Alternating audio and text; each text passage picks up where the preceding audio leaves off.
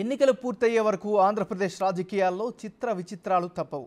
అందులోనూ కూటమిలో మార్పులు చేర్పులతో ఆసక్తికర పరిణామాలు చోటు చేసుకుంటున్నాయి. తెలుగుదేశం పార్టీలో టికెట్ ఇచ్చే పరిస్థితి లేకపోతే జనసేన బీజేపీలోనే చేరి సీట్లు దక్కించుకుంటున్నారు. బుద్ధప్రసాద్, నిమ్మక జయకృష్ణలు జనసేనలో చేరి వెంటనే టికెట్లు దక్కించుకున్నారు. ఇక టీడీపీ కీలక నేత నల్లమిల్లి రామకృష్ణారెడ్డి సైతం కమలం కండువా కప్పుకొని ఆ వెంటనే బీఫామ్ కూడా అందుకున్నారు. మొత్తానికి కూటమిలో అనపర్తి టికెట్ కేటాయింపుపై ఉత్కంఠకు తెరపడింది. నిన్న బీజేపీ రాష్ట్ర అధ్యక్షురాలు పురంధేశ్వరి సమక్షంలో కమలం కండువా కప్పుకున్నారాయన.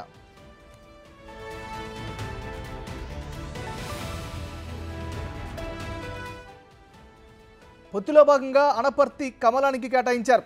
అయితే తనకు కావాలని నల్లమిల్లి పట్టుబట్టడంతో ఆ సీటుపై ఉత్కంఠ నెలకొంది.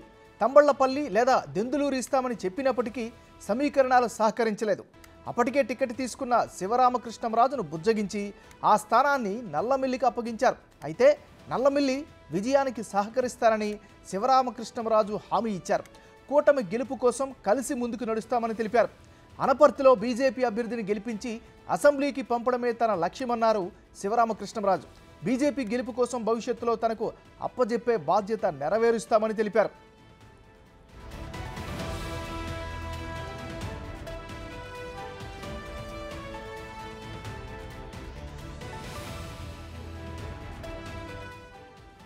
ఇక ఇదే అంశానికి సంబంధించి మరింత తాజా సమాచారాన్ని అందించేందుకు మా రిపోర్టర్ రాజేష్ ఫోన్ లైన్లో సిద్ధంగా ఉన్నారు. రాజేష్, చెప్పండి. Good morning Nagaraju. Anaparthi MLA seat అభ్యర్థిత్వంపై ఒక ఉత్కంఠ గదు తెరపడిందని చెప్పాలి. గత సుమారుగా నెల రోజులుగా ఈ ఉత్కంఠ కొనసాగుతూనే ఉంది.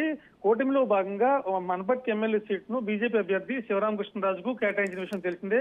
అప్పటి నుంచి కూడా నల్లమిల్లి పెద్ద ఎత్తున ఆందోళన చేపట్టారు. కార్యకర్తలంతా కూడా ఆవేదన వ్యక్తం. దీనికోసం న్యాయం కోసం నల్లమిల్లి అనే నినాదంతో సుమారుగా నెల రోజుల పాటు ఆయన ప్రజల మధ్య తిరుగుతూ అటు టీడీపీ అధినేత చంద్రబాబు అలాగే బీజేపీ అధ్యక్షులు పురంధేశ్వరిని కలిసి అక్కడ ఖచ్చితంగా టీడీపీకి సీటు కేటాయించాలి, కేటాయిస్తే కనుక టీడీపీ ఉనికి కాపాడుకుంటూ కూటమి గెలవాలంటే ఖచ్చితంగా అక్కడ సీటును టీడీపీకి నల్లమిల్లి కేటాయించాలని చెప్పి ఆయన డిమాండ్ చేసిన విషయం తెలిసిందే. ఈ నేపథ్యంలో కూటమిలో భాగంగా కొన్ని చోట్ల బీజేపీ, కొన్ని చోట్ల టీడీపీ, మరికొన్ని చోట్ల జనసేన కూడా సీట్లు త్యాగాలు చేయాల్సిన పరిస్థితి వచ్చింది. ఈ నేపథ్యంలోనే నల్లమిల్లిని బుజ్జగించే ప్రయత్నం చేసినప్పుడు కూడా నిన్నటి వరకు కూడా నల్లమిల్లి సస్యమర అనడంతో అనపర్తి సీటు విషయంలో చాలా ఉత్కంఠ పరిస్థితి కొనసాగిందని చెప్పాలి.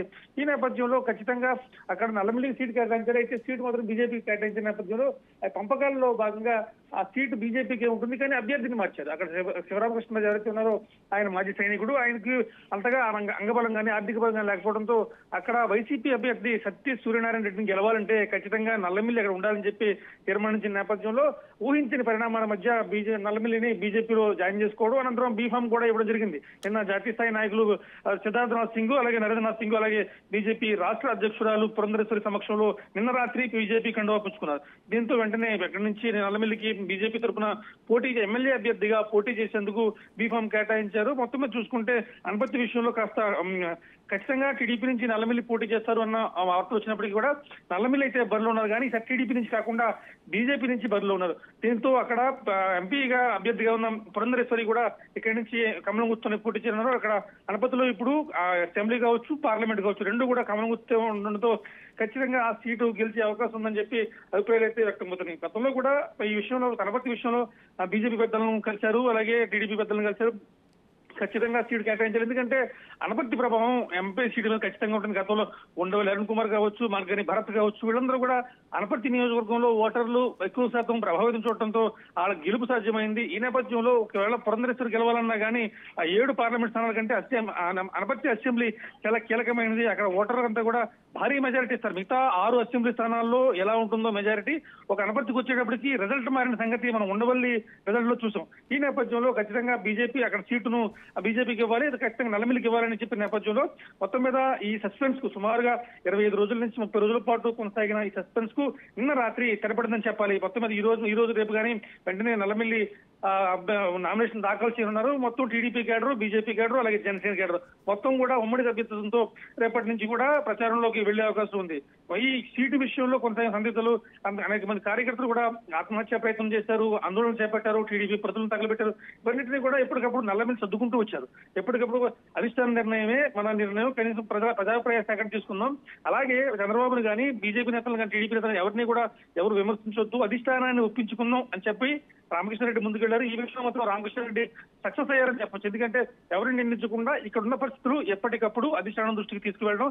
ఎందుకంటే సుమారుగా అల్పతి కాన్స్టిట్యూన్సీలో 400 మంది కార్యకర్తల మీద కేసులు నమోదు చేశారు. అలాగే నా పైన 38 కేసులు నమోదు చేశారు. దాంతో పాటు మరో 1000 మంది కార్యకర్తలు రిస్క్ లో ఉన్న వీళ్ళందరినీ కాపాడుకోవాలంటే ఖచ్చితంగా ఇక్కడి నుంచి నేను ఎమ్మెల్యే గెలవాలి, వాళ్ళని కాపాడుకోవాల్సిన ఆశ, నన్ను నమ్ముకున్న నా కేడర్ ఉంది, నేను పార్టీని నమ్ముకున్నాను అనే నినాదంతో చాలా సున్నితంగా ముందుకు వెళ్లారు.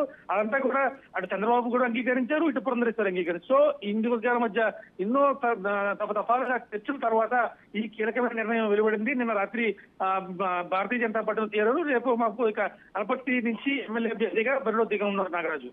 Right, thank you Rajesh.